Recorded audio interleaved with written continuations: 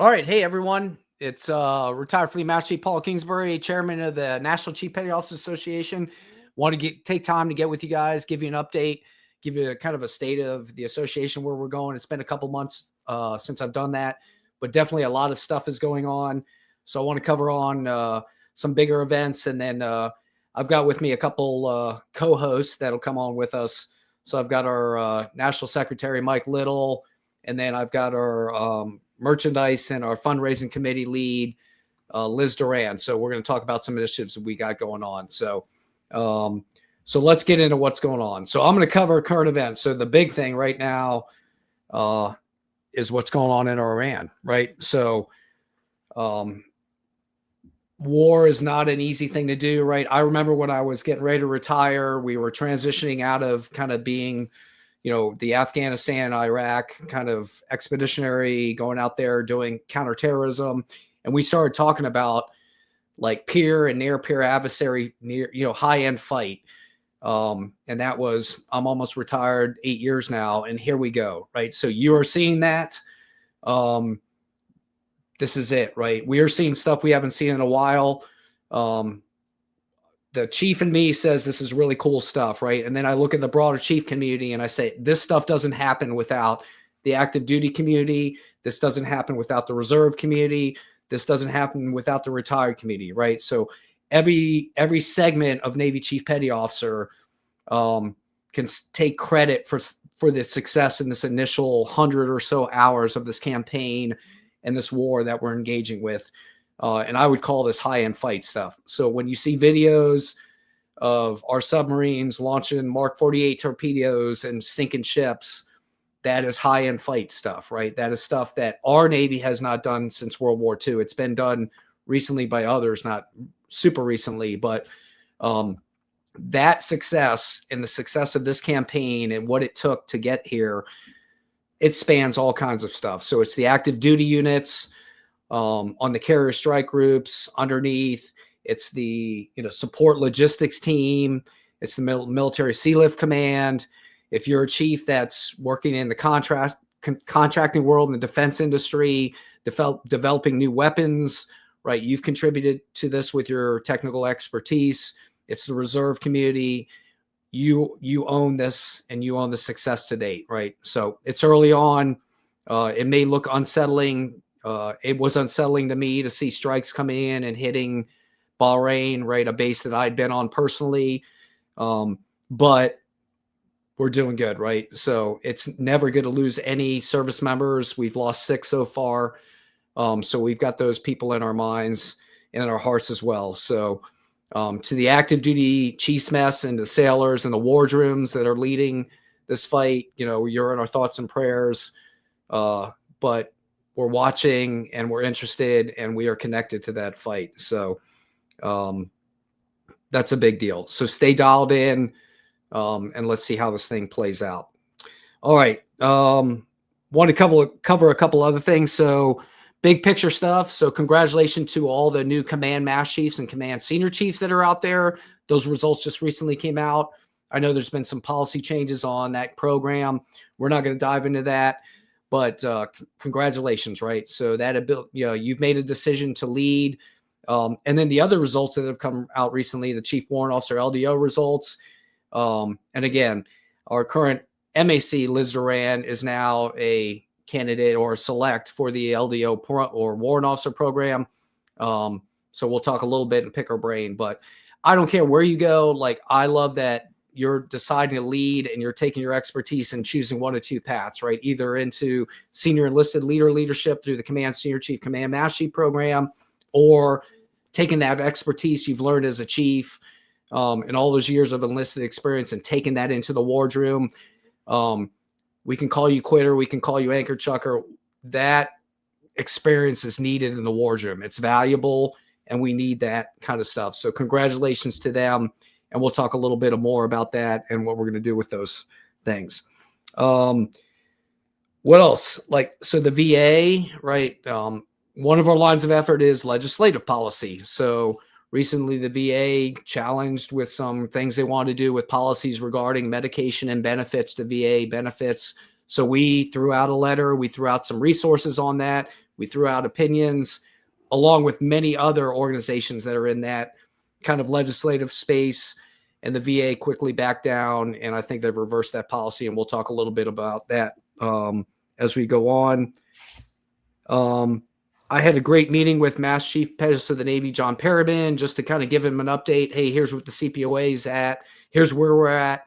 Here's our business update. I want to just give him awareness of some things and figure out ways to where we can, again, continue to support him and amplify his message in the areas he's advocating for on behalf of our Navy sailors and families. So it was a great meeting. It was, I know Mick Perriman personally, and it was good to connect with him, but he gets what we're after. I look forward to working with his office and seeing what we can do together. And then finally, a couple episodes of the Cutlass podcast came out. I came on with retired now. Toby Ruiz, retired Force Master Chief Toby Ruiz. He just retired actually this last week. So we did a couple episodes. Those are on our website. You can find those. But we talked about two topics. So you want to be a command senior enlisted leader working for the flag general officer level, which is different. So if you're a command master chief or command senior chief and you aspire to work for a flag officer, check that episode out. And then we did another one on, it doesn't sound like a topic that's kind of like intriguing, but about meetings, right? So how to hold good meetings, how to hold meetings with purpose, and do good work with meetings and make them actually something that's not a waste of time, but something that's productive. So under our professional development, personal development line of effort, we're going to continue to push out some content via the Cutlass podcast. So with that said, I'm going to bring on Mike Little, and we're going to talk about some current business. So like internally, we're doing some good stuff, right? So we've got a board set. We have 12 committees and committee chair people established. We're almost close to 500 members. So we're moving out. So Mike, over to you for CPOA business updates. Yeah, absolutely, Paul. Hey, thanks for having me on here, and thanks for doing this. An awesome job to our Navy out there. I just want to jump on what Paul had to say about all those missiles and torpedoes that are being shot in the Middle East. Hey, we're all thinking about you guys back here and rooting for you and cheering you. I know I was really excited today whenever I saw about the submarines and sinking their first ship since World War II. That was pretty amazing stuff. But I would tell you that that's also not being silent on Capitol Hill. So I'll cover on some of those things here in a minute, because there's a lot of submariners that are up, or submariners that are on Capitol Hill right now fighting for your benefits, and we're looking to work with them. But as far as the business for the association goes, hey, we're stacked. We've got an entire board of directors. We now have a board member in Uraswa. We have a member that's in the Hawaii region. And then we have a chairman that's in every one of our committees. And our committees are building out their committees. So if you want to join and be a part of whatever this is that's being grown, shoot us an email. And we would love to connect you and get you working, because we definitely could use you. So check out the email down here below me and shoot us an email. Let us know you want to be a part of a committee, and we'll definitely get you plugged in. Now, as far as the challenge coins and your membership certificates, we got some really good updates on that. So challenge coins have been shipped. They're on their way to my house. We have a vendor that is going to put all of your chief dates on every one of those coins. So that's going to start happening probably in the next week or two. So you should be looking at getting your chief coins probably around the chief birthday, April 1st, is what we're kind of predicting on that. So watch for those. Better news, we are an official 501c19.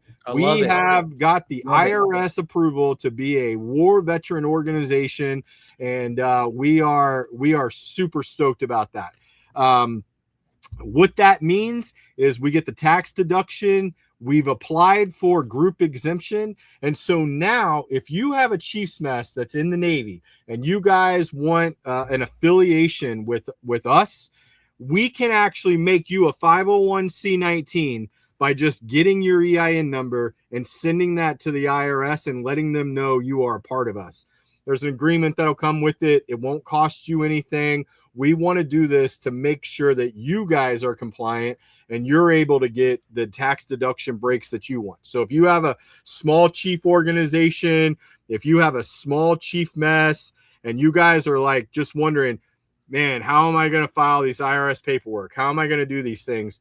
We can take care of you. We can help you take care of that by bringing you into our group charter. So we're really excited to announce that.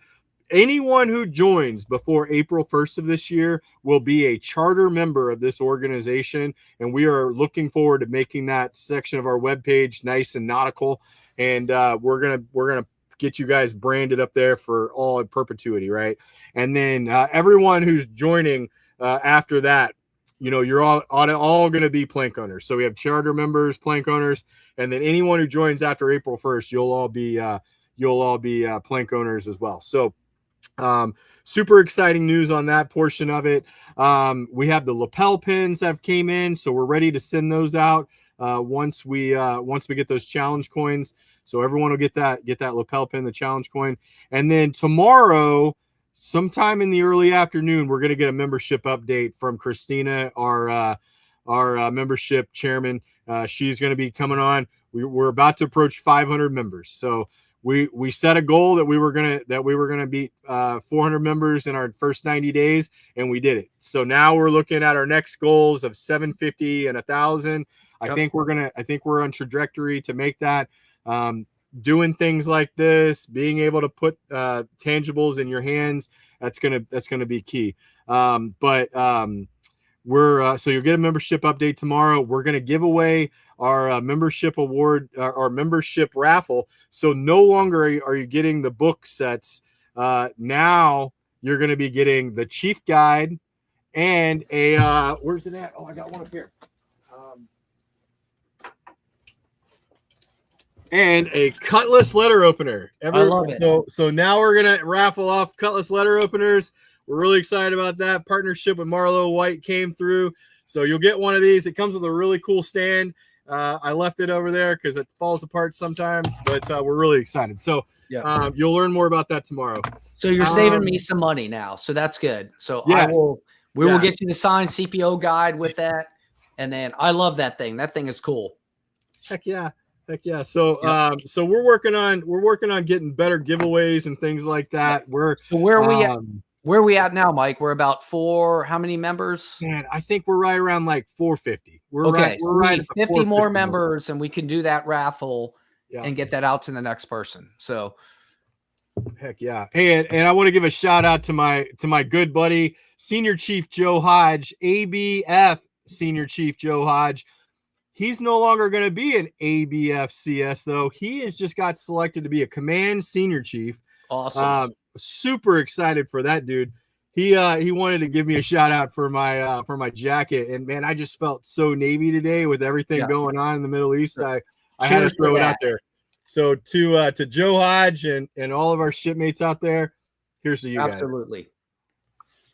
What else, Paul? What else did you want me to cover? So we're going to do later. So we'll do our membership raffle tomorrow, right? So we'll announce that winner. But I think that covers the business piece. So did you want to bring Liz in now? Let's bring her in here. Yeah. So without further ado, we have Ensign Select Liz Duran. Yes. Hello. Yeah, thanks. Liz, we're not going to give you a bunch of grief. I told you. Like, I honestly think it's great. I really believe that, like, as much as we give grief to our fellow chiefs that get selected to chief or warrant, that experience of the wardroom is it's invaluable, right? That perspective needs to go in. That enlisted experience needs to go in. So I'm excited for you. Congratulations. And we're cheering for you all the way.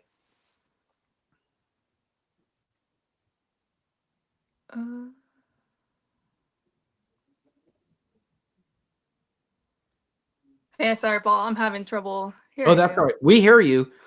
So do you want to talk about our first fundraiser, right? You're leading that? So I think she's struggling here. Hold on. Let me put a thing in the chat.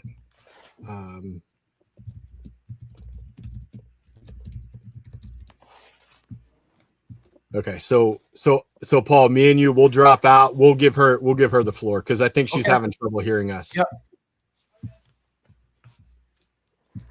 All right, so me and the merchandise committee, we're currently working on different fundraisers throughout the year to help benefit the scholarship fund. All proceeds will go to scholarship fund. So right now, to celebrate our 133rd birthday starting April 1st, we have the Anchor Legacy 5K. That's going to be a virtual 5K. You can run, walk it, do it on base, run it with your family, your sailors, wherever you want to do it. But we want you guys to celebrate our birthday on April 1st throughout the entire month of April. Starting this month, we're doing early bird registration. That's going to start at $25. And then in the month of April, it's going to go up to $30. So you got to register right now for $25 to get that discount. And then every person who registers will get a finisher medal. So we have this cool custom medal that we designed for this 5K. And if you complete it and you register as a to get it, you will get this 5K sent to you around the end of May. So go out there and register for this so you can get it. As also, any chief who can log the most hours, they have to be verified. So you have to do it on the smartwatch, an app, something that tracks it through the entire month of April. If you can log as many hours as you can and prove it and send it to us in, we have a grand prize that you will receive, and it's a cutlass. So it's a little friendly competition between the mess on who can log the most hours. And so we can get out there, run or walk it through the entire month of April, celebrating our birthday. So this is one of the first fundraisers that we are doing. We're gonna have more throughout the year, different ones with our swag on it and everything that will come and benefit our scholarship fund.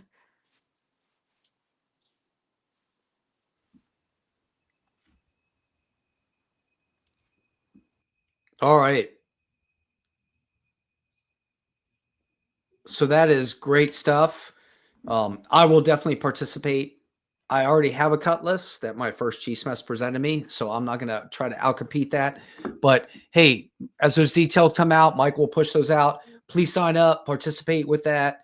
You know, this is active living, this is fitness, right? Kind of it aligns with a lot of stuff, but it's meant to build camaraderie. And then, like Liz mentioned, all the proceeds go to the CPO scholarship fund. So this is an opportunity to do some really great stuff. And this is our first fundraiser. So let's see what we can do with it. It's something unique. Those medals are cool. Like, I'm excited. I definitely am going to participate. I like to walk. I try to get my 10,000 steps a day. So, you know, Paul, actually the cutlass is here. So yeah, let's see it. So we are ready for you guys. Whoever, you know, so if you didn't understand what she said, whoever logs the most miles in the month of April, all you got to do is send us in your Fitbit, your Apple Watch, Apple Health, whatever, just something that shows that you logged your miles, steps or whatever in the month of April. The person who registers and sends in the most amount of miles walked in that month, this is your cutlass. So, Mike, can they walk? Do they run, walk? Do they bike? Is it walking? What? So we said it's a run walk. So it's not a bike. So don't try to cheat us. And it is very much an honor system thing, right? So, you know, we don't have any way of knowing if you put that Fitbit on your dog while you're at work or something. So try not to do that. You know, be honest with it. We would appreciate it. But yeah, it's a run walk. You can register on our webpage. If you go to our website, and an email will go out tomorrow, and we'll post some stuff on social media. But if you go to our website in the top right corner, you'll see fundraising items, and you click that. It'll take you into our new fundraising site, and then all you got to do is pay your registration fee. Like she said, everybody gets this medal. So for registering in the month of March, you pay $25. You're going to get this medal. And the medals will be made and sent out in the month of May. So it's after everything's over and complete. But Liz's committee, you know, they really worked hard on this, and we're really yeah. excited for that. Yeah. So I've seen hey Mike, have you seen so there's a chief out there. His Facebook is Fat Chief, and he puts out a lot of info, right? So I expect Fat Chief, if you're watching, I expect you to be logged in. I expect you to join this and help us lead this event. So let's get this going. Hey, Fat Chief, this could be your cutlass. Like, yes. Anyone who's a member of this organization, anyone who registers for this run walk, hey, you could win this. Fat Chief, this could be your cutlass. I love it. You know, let's get it out there. Shipmate, you got this. All right. Well, Mike, what else? I think that kind of covers the big stuff. Yeah, so she's working on quite a few other things. I know we're working on some low ball glasses and decanter sets, and she's got a bunch of great ideas. So we're really excited to have Liz on. I know she was having trouble with hearing while we were on there, but it's all right. Also, we do what we do, right? We adapt, we overcome, we make it happen. Yeah, you know, I mean, and I think everyone kind of likes my outfit. So yes. So no, I wanted to touch on a couple of legislative items that were happening. Yeah. So, you know, as you talked about, hey, we had an opportunity to weigh in on the VA rule change that went out. What happened was the VA was trying to clarify a position that they were being sued in court on, and they were trying to state that, according to the policy, that if you're on medication, then technically your disabilities are manageable and under control, and therefore that should be taken into consideration whenever they issue your final ruling on your disability status. And I would say the VFW, the American Legion, like they came out full force, and we came in pretty strong too. And we put out our letter writing generator that you all sent letters to Congress with. And you know, I'm gonna say I'm pretty impressed, because for an organization that only has like 450 something members, Paul, we sent over 10,000 letters to members of Congress and the White House demanding that the VA not make that decision, and they rescind it, and it worked. And so the VFW, they just did their testimony in front of Congress yesterday, and they basically made the statement that the VA was rescinding that entire piece of legislation. But that's exactly the type of things that we need to be actively watching and monitoring. And that's why an organization like this really exists, is for you guys, so that we can make sure that we're advocating all sort of issues. You know, a couple of other issues have popped up over the last few months, and we've continued to monitor those and work on them. It's kind of going to be a dead year for Congress. You know, they're in the middle of primary season. They're going to have the general election coming up in November, and so that's going to change the layout of what Congress looks like potentially. So they're kind of in a lame duck session right now, but that doesn't mean to stop working for you. Just the other day, I was brought into awareness of a group of submariners that are up on Capitol Hill this week, and I want to give a shout out to them. So, Paul, to drink to our submariners that are marching Capitol Hill, and they're fighting for those submariners like hardcore. So there's a lot of exposures that they get exposed to. So we're looking forward to communicating with them, finding out how we can put some leverage behind them with some of our background and advocacy work.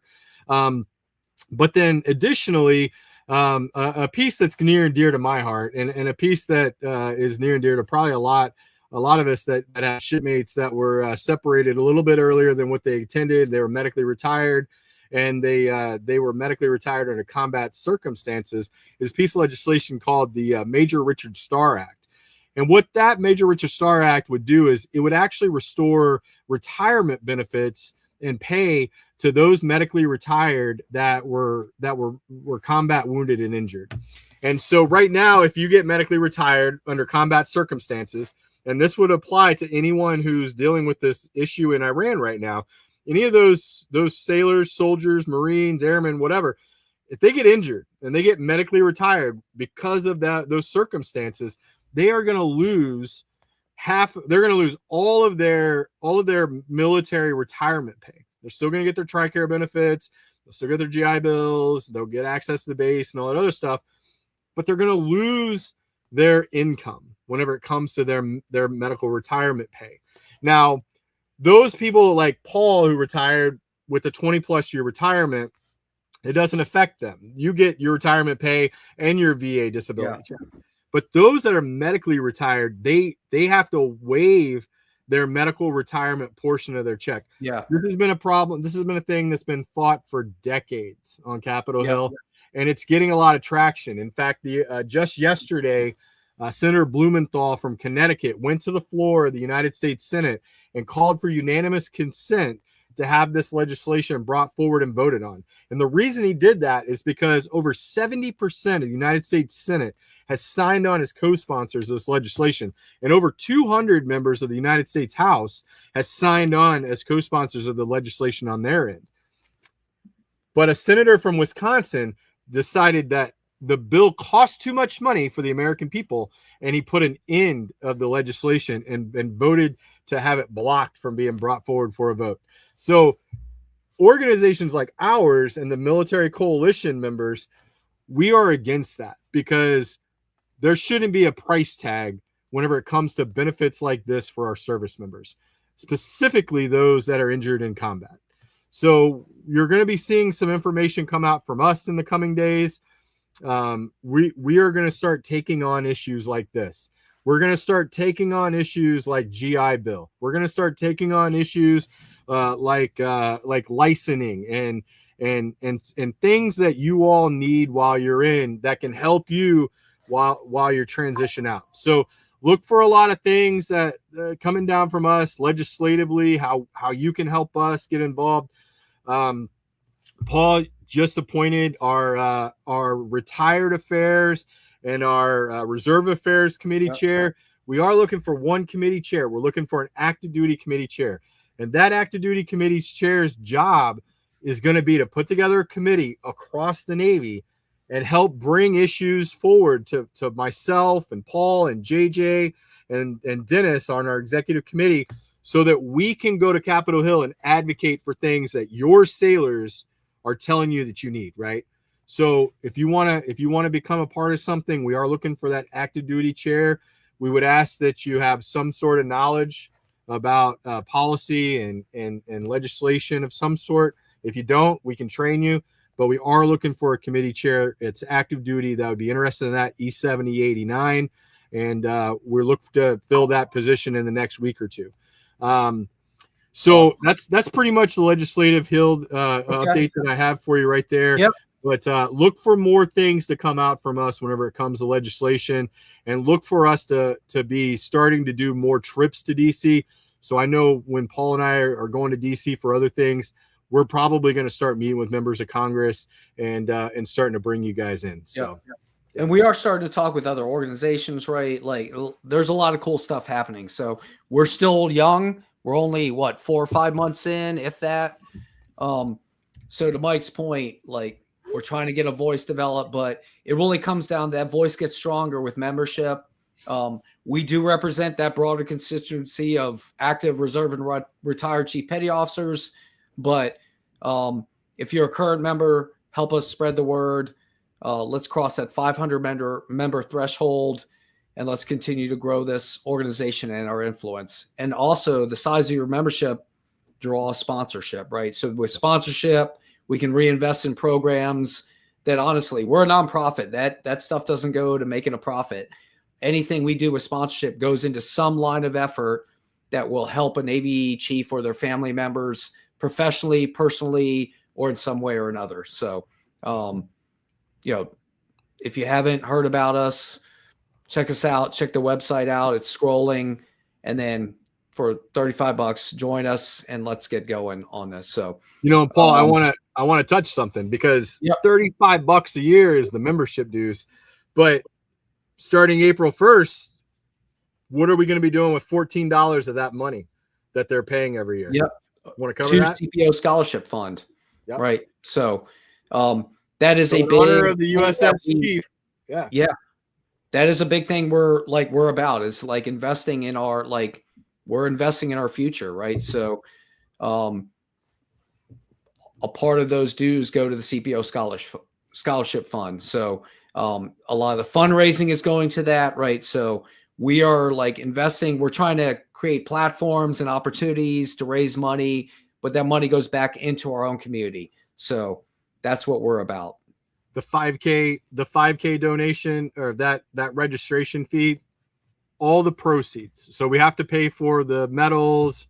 I actually donated the cutlass to the association, so that's not coming out of that. But all the proceeds for that, and if we get 200 participants, it's gonna be about $5,000 at the end of the day. That's $5,000 we're gonna make a donation to the Chief Petty Officer Scholarship Foundation. Yep.